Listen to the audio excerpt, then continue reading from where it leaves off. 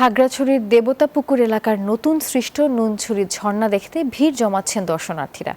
দুর্গম যাত্রাপথ হলেও প্রতিনিয়তই বাড়ছে পর্যটকের ভিড়।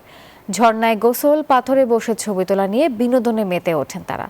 পাহাড়ি ঝর্ণার পানি নুনছড়ি ছড়ায় গিয়ে মিলিত হয়েছে। দেবতাপুকুরটি সমুদ্রপৃষ্ঠ থেকে 1000 ফুট ওপরে।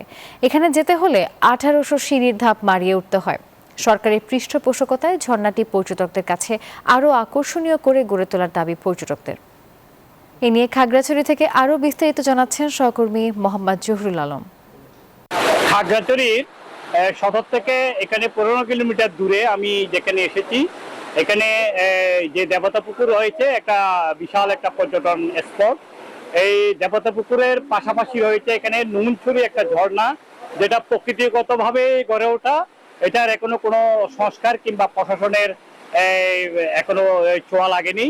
এখানে আমি যদি একটু দেখাতে চাই, এখানে বিশেষ করে ঝর্ণার যে পাহাড় থেকে যে ঝর্ণার পানি কলকল করে নামছে, সেই পানিগুলো এখানে যে নুনছড়ি যে ছড়া রয়েছে সেই ছড়ায় গিয়ে মিলিত হচ্ছে। এখানে আমি যদি একটু কথা বলতে চাই, এখানে যে বাচ্চা পরিবারদেরকে নিয়ে শিশু পর্যটক যারা আসছে তাদের সাথে একটু জানতে চাই, তোমরা এখানে কেন এসেছো?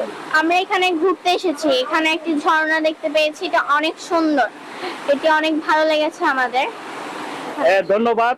এখানে যে শিশু পর্যটক সে আমাদেরকে জানিয়েছেন যে প্রকৃতির যে দৃশ্য, যে ছড়ার যে উত্থান, যে ছড়ার যে পানি পড়ার যে দৃশ্য, সেটি দেখতে তারা তাদের মা বাবার সাথে এখানে ঘুরতে বেরিয়েছেন। খাগড়াছড়ি সদরের 14 কিলোমিটার দূর থেকে ছিল আমার এই যে নুনছড়ি যে ঝর্ণা, সেই ঝর্ণা নিয়েছিল পর্যটন স্পটের সর্বশেষ তথ্য। আমি ফিরছি স্টুডিওতে।